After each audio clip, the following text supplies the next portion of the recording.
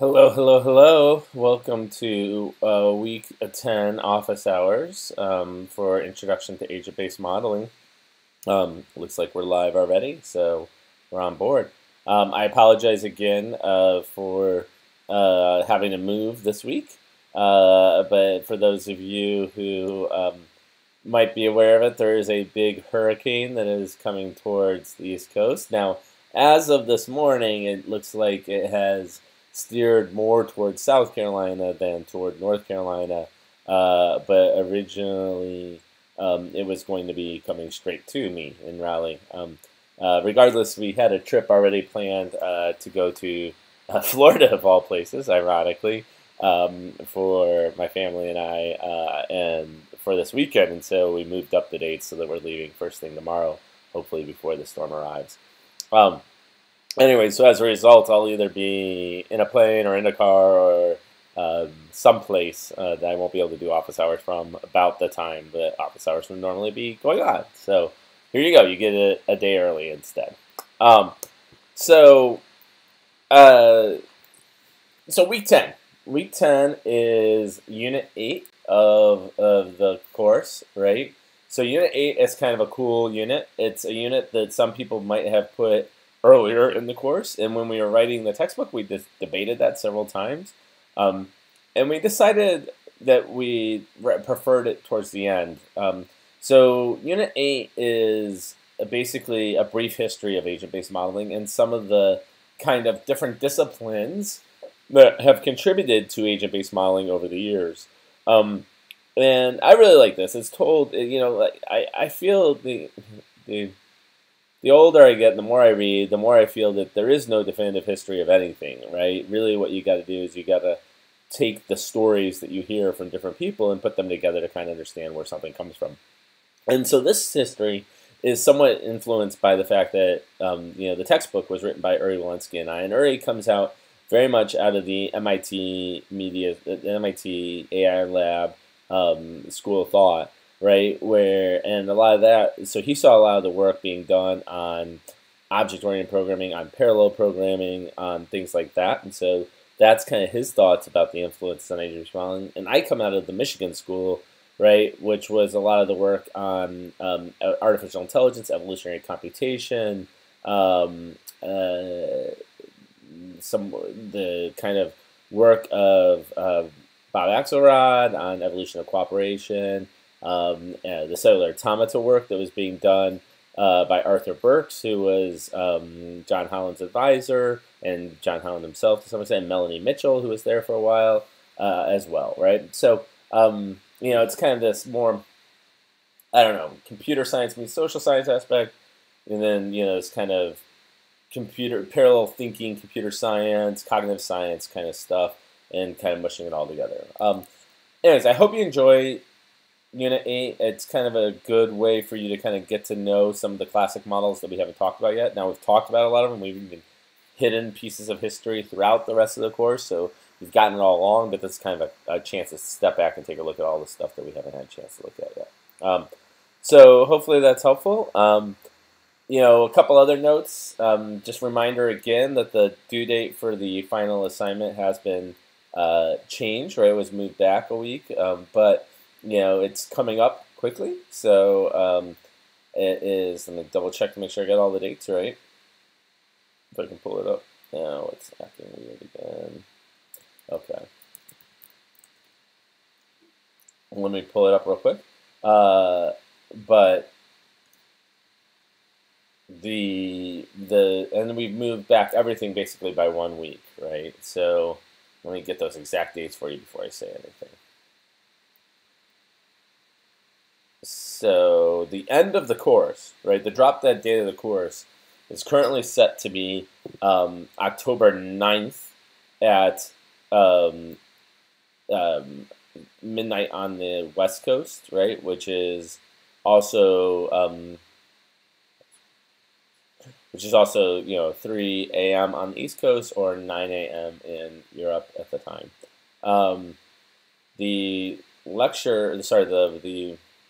The final assignment is due on September 16th. So it's coming up shortly, right? So it's actually due on this Sunday, right? So it's the last office hour before I talk to you, before you turn in your final assignment, right?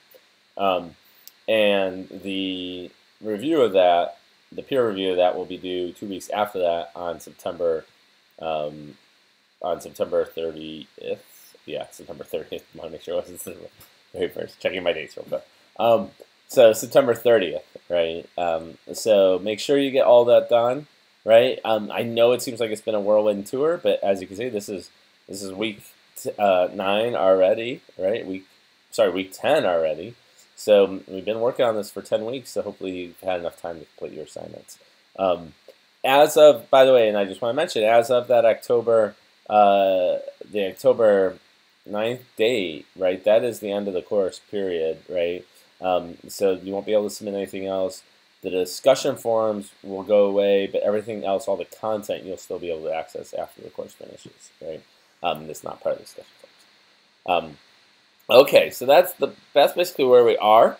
If you have any questions at this point and you're watching online, feel free to post them in the YouTube window, or you can tweet at me at Intro to ABM. We'll make sure to get those questions in early because you don't want me hanging up on you before I get a chance to answer your question. With that being said, I have a couple of pre-set up questions that I will start to go through, and I'll keep monitoring the channels to see if there's anything else that's come in along the way. So let's see, just checking one thing real quick. Okay, pulling up the Intro to ABM Twitter feed, just to look there real quick. Looks like everything's okay. Okay, good. Okay, so questions that have come up. One came in from the forum from Narasimha. Peer reviews of my initial model design have been done. I can see the overall score, but not the review and comments by peer reviewers. Are the reviews of my peers accessible? If so, how do I access them? I need that for my final design. Okay. So that you can click through to them. So people may not be able to realize this, but when you see the model design, it's just going to show 3 numbers, 1, 2, and 3, or 4 or 5, whatever your reviews are, right? And it's not obvious, right? But those numbers are clickable. And if you click on those numbers, you can actually see the underlying review with the additional details. So hopefully that helps answer Narasimhan's question. Hopefully, sometimes the interface is not the most intuitive. If you see something like that, right, quick note, if you see something about the interface that you want to change or you want it differently, highly recommend you email admin@complexityexplorer.org and just mention the issue to them. They're always looking for good feedback there. So that would be who you would email to see about getting something changed like that. Chances are they won't be able to change it in time for this course, but they'll definitely use that feedback for future courses. Okay. So Pertucha asked the question: how can specific agents be killed? Right. So I'm trying to build a model for search and rescue drones. The drones randomly search for victims, and once they reach the victim's location, they want the drone to die, indicating that they have been rescued. So other drones, the victim to die apparently. So other drones do not go to the same location. I'm not sure how to link the drones and the agents as they're randomly assigned. When I try to use the die command, all agents disappear for more. I just want to prevent 2 or more drones going to the same victim. So in this case, what you want to do, this is actually very similar to the wolf sheep problem, right? Which we haven't talked about too much in this class, right? But it's talked about a lot in the book. But essentially what you want to do is you want to make sure that if you got 2 drones coming by and one of them is rescuing the victim, right, that another drone can't rescue the same victim, right? Because 2 drones can't rescue the same victim at the same time, right? So let's look at this real quick, right? So we'll bring up the way the wolf sheep model does this, which is a good way to do it, and we will I'll show you how that happens, and then we can go from there. Let's see. So let me bring up my NetLogo model, my NetLogo window.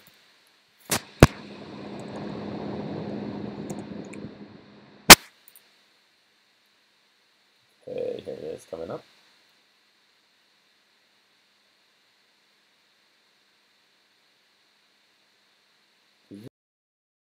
Where are you? There you are. Okay, good. Okay, so I'm going to bring up the wolf sheep model. You won't be able to see what I'm doing, but it's under biology if you want to look. It's called Whoopsie Predation. Many of you may have played around with this model already. And that doesn't quite fit on the screen. There we go. That's better. Is that good? That looks good, huh? So, this is a simple model of wolves running around and eating sheep, and then the sheep reproduce and the wolves reproduce. And it's partially showing like what the effects of different population growths are on the system, right? In this case, at least, the sheep have taken over the world. Now, if we go to the code, you'll see there's a command called eat sheep. And so the wolf is wandering around a patch. Let me blow this code up a little bit.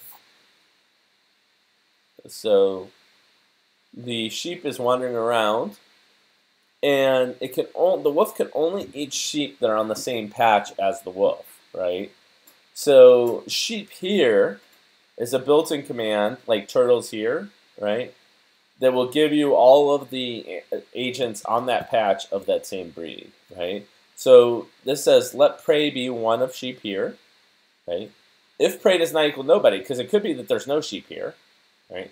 So if prey does not equal nobody, then ask prey die, set energy plus wolf gain from food.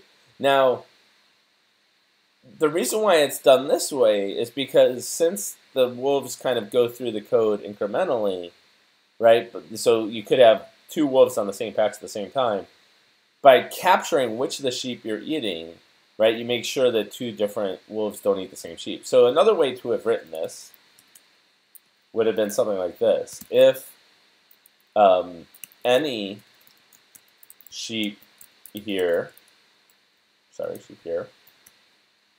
then ask one of sheep here die, and then et cetera, the same as it was before. The problem with that piece of code, right, is that I'm not checking to see here whether I'm killing the same sheep that I originally detected, right? And the current way NetLogo is written, this should still work, right? But there is this possibility, especially if you're using like ask concurrent, which we haven't talked too much about, that one of the wolves could be executing this part while one of them is executing this part, and so you could eat a non-existent sheep, right? That doesn't happen as much anymore, but in general, it is cleaner to first specify which sheep it is, and then to make sure that that wolf is eating that sheep in particular, right? If that makes sense. And that way also, the other nice thing is if you do it the way it's up here, let's say before they die you want the wolf to, or let's say you want the wolf gain from food to instead be, the energy of the sheep. The other nice thing about choosing a particular entity before you get into it is that it helps, it allows you to handle the system cleanly in some ways. Okay. So that's how you ask a particular agent to die in the scenario that Pertuja was talking about. Okay. Okay, let's go on to the next question. So the next question is about the heroes cowards model. So apparently in the course video I do something slightly different than what was in the actual video. So let's pull up what's in the actual code. So this is all the way back on Unit 2. But let's pull up the code. So in the heroes cowards model, right, heroes cowards, this is the version that is in the textbook or in the code library, right? And you'll notice that in the code library, there is this command where act cowardly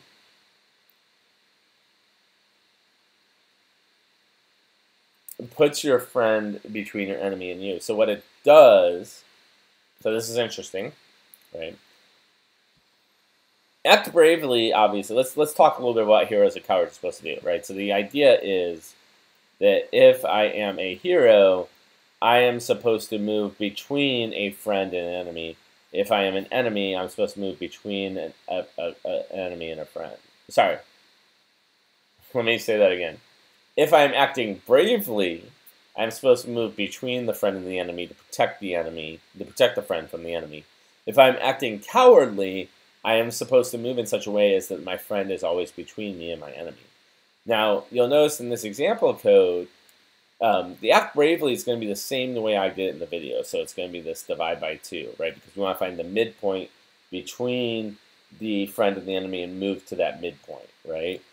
But the act cowardly is slightly different. In this code, it actually is going to take whatever the distance is between the enemy and the friend and project a point that is half the distance away past the friend and move towards that point, right? Whereas what I did in the code was actually double the distance, right? So I took the whole distance. It's not going to have a huge effect on the system. So let's see. It's gonna affect the exact results, right? But it's not going to have a huge effect on the system. And because this model is written to be kind of an illustrative, it's not really supposed to represent anything.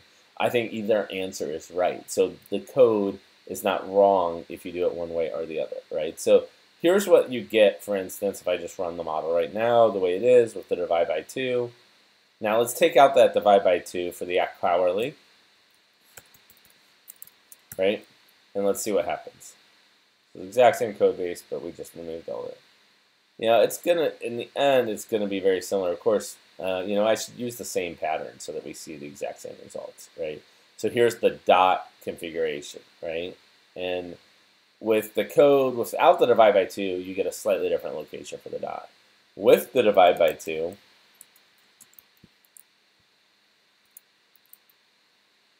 right? Oh, I hit the wrong button. Sorry, I have to hit the dot button in particular, right? So with the divide by 2 in there, it locates in this particular location. Without it, it locates differently. And I bet like several of the patterns will just be slightly different things. So here's that frozen pattern where they just kind of all wind up wherever. Now let's take out the divide by 2. And hit them on the frozen pattern. Right, and they may not even, oh, they still freeze, actually. That's interesting. The patterns are still the same. It just is kind of slightly different, right? So really the way to think about it, maybe I can figure out a quick way to draw this, right? Let's think about that, right?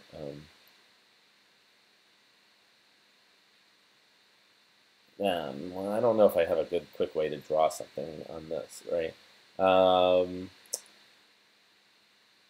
Let's see, right? Okay, here, how about this? We will add a quick piece of code just to here that says, okay.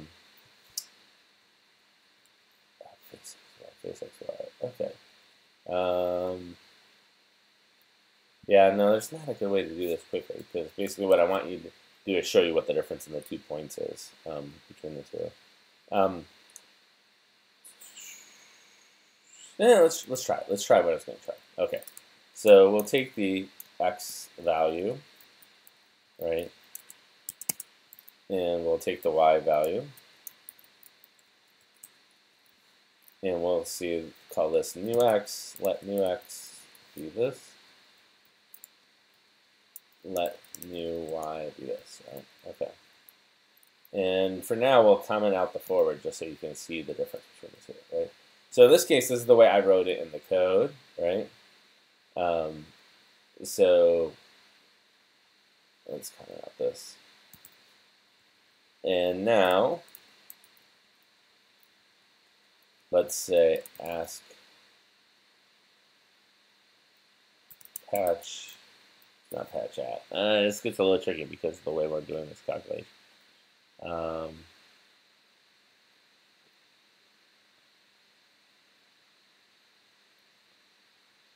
Yeah.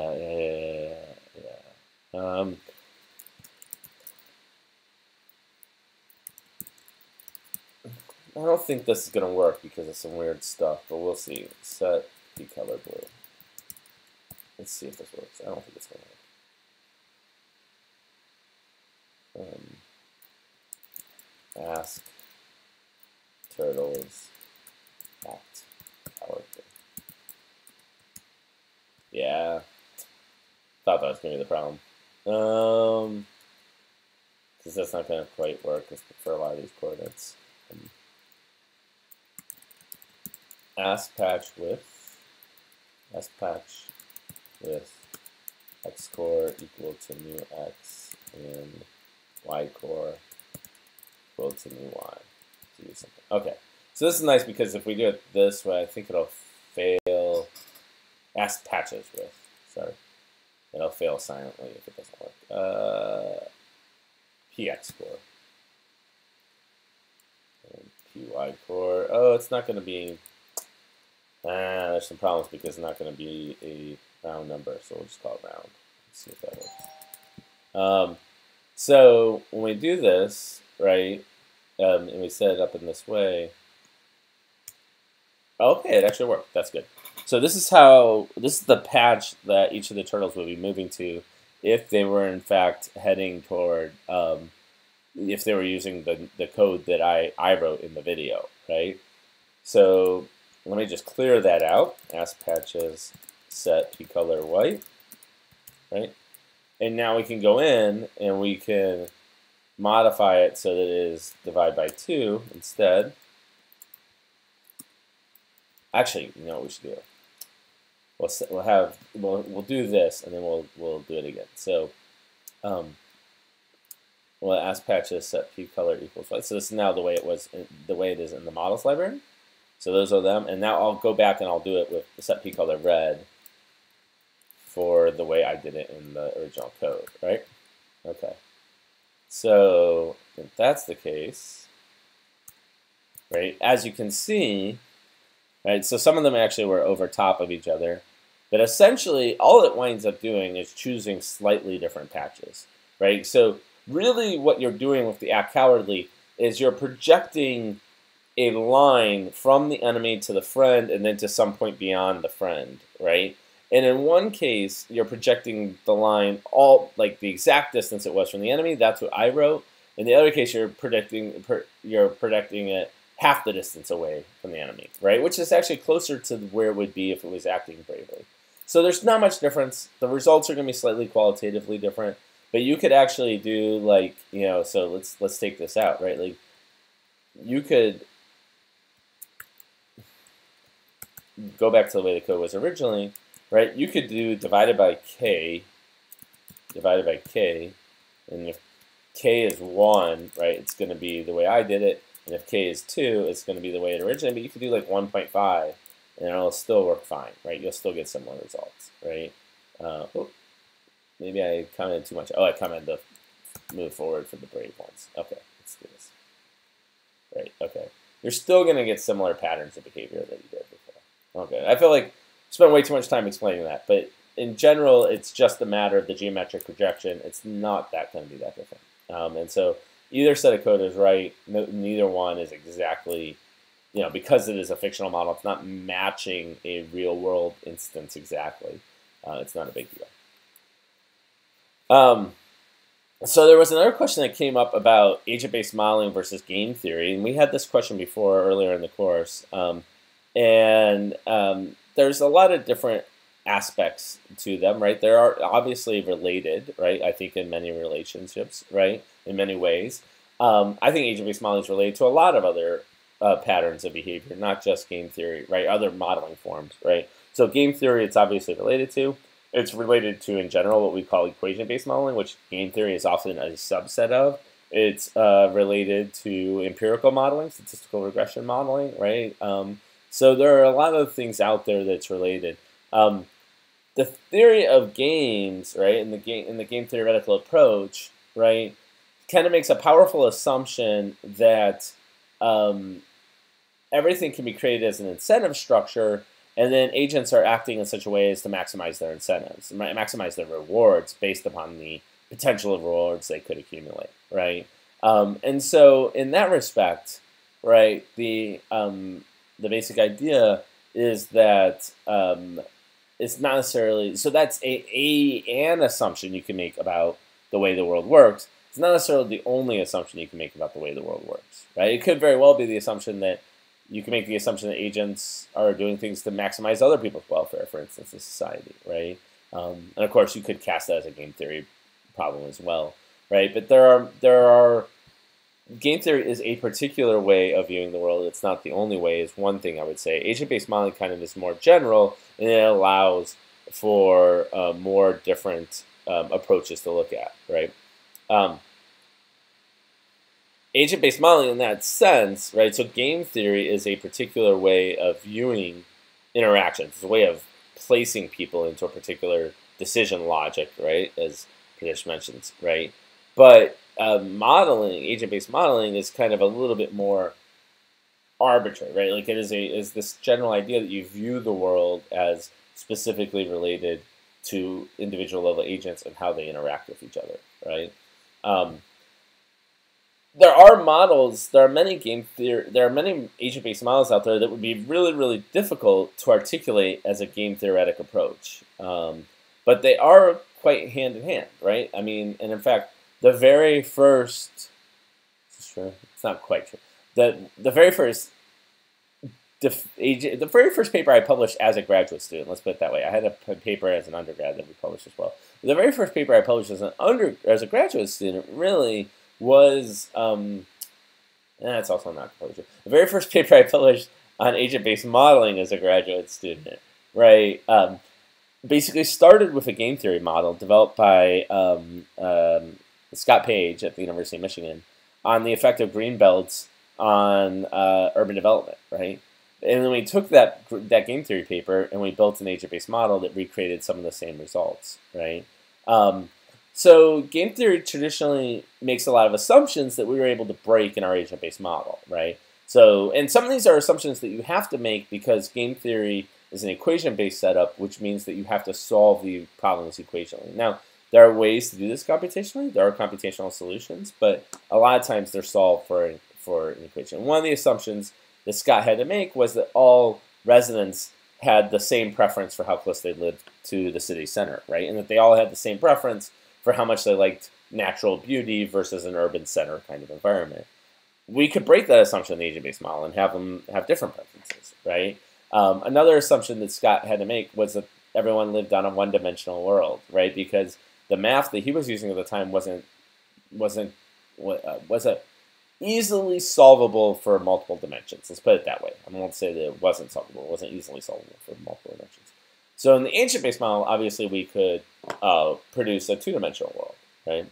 So that's kind of, these are all the ways that the agent-based model could serve as a generalization of the game theoretic approach. So I think I've spent some time on that. There's some good discussion up on the forum if you're more interested. If you have additional questions, there's also a discussion in the textbook and in a paper I wrote with Roland Russ called Agent-Based Modeling and Marketing Guidelines for Rigor. So I would refer you to those sources for additional interest in that area. So there was a question, is there any way to check an agent's status as a previous tick? For example, if I want an agent to take an action based upon the previous state of the patch that it is on. Unfortunately, there's no automatic way to do that, but there is a way that you can kind of build in. I do it all the time, which is I have each of the agents record their history, right?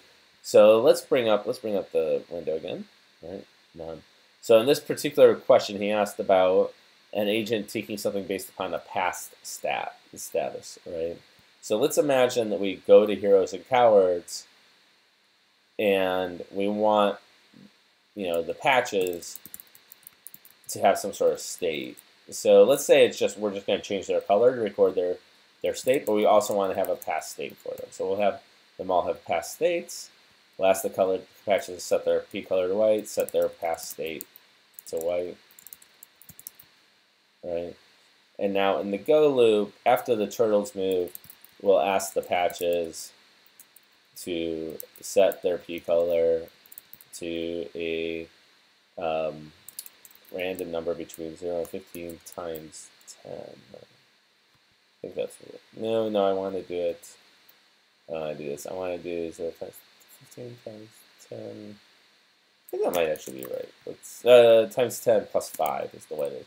This just gets you values that are at the middle of the spectrum, so that they're not too different from each other. And we'll set our pass state to our p color, current p color before we do it. So what happens when you run this model? Well, you get this kind of craziness that's way too busy, right? But now let's say we want to have agents take some action differently based upon the past state, not the current color, but the past state. So we could say if past state, and by the way, since it's a patch variable, agents, the turtles have direct reference to it. If past state equals red, let's say it does not equal red, then do this. Otherwise, take the actions you're going to take. Right? So what you'll notice, and this might be hard to see, you know what? Rather than having them go through all these different colors, let's just set it to the list of red, green, blue. Okay. Red, green, yellow. Let's see if that works. Nope, I don't want to do the list. I want to do one of the list. Right? So they're red, green, and yellow, right? But now you'll notice that what it is that whenever they pass over a patch that was red in the previous time step, they stop moving, right? And then they only start up again once that changes. So that's exactly the scenario that Adam is talking about. Unfortunately, there's no automatic way to do this, right? But essentially what you wind up doing is you wind up caching it in a state variable. And if you want, right, you could just keep all the possible states they ever look at. And this is a use case I see quite a bit. So we'll create a list rather than create a single variable, right? And so then what I can do is I can set past states to fput, which is put this item on the first element of the list, past states, right? And then I'll have to, if I want to access the last variable, I can just do first of past state. Okay. So, past states now. Past states. Whoop. Well, I have this tickers turned down, right? So now, show you what's going on there. If I inspect one of the patches, actually it's not going to work too well. Let me do it this way. So if I say ask one of patches, this is the way to go. Print past states. You see, it's now and this is again because colors just match the numbers. It's now a set of all these different numbers. So I now have all the past state of the system. So a common pattern that you see in NetLogo is to have the agent have some sort of past variable to initiate that past variable to some sort of list, right? And then to put on, using fput, the current state onto that variable every single tick. And so then you have the full time. Okay. Final question I have from the pre-prepared questions, and it looks like there's a couple of questions that come in on YouTube, so I'll get to those shortly. I'm wondering if there's any way to make shapefile boundaries meaningful or functional in that NetLogo model, i.e. to be used for more than just display purposes, or whether only raster data can be used for this purpose. Unfortunately, there is no way to make the shapefile boundary. So this is in GIS data, right? And if you get to, let's see, I think it's unit 5. We talked about this. Is that right? Let me go up the other way and do this. Unfortunately, there is no way to make the shapefiles boundaries themselves. The best way to do it is to map the shapefile boundaries to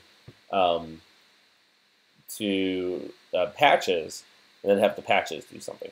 And of course, that's it's a little cruder than the boundaries themselves, because the boundaries themselves are lines, whereas the patches are rectangles. But that's the easiest way to do it. And in fact, if you look at the sample code I have for ticket sales, which, let's see, we can pull that up pretty quickly, right?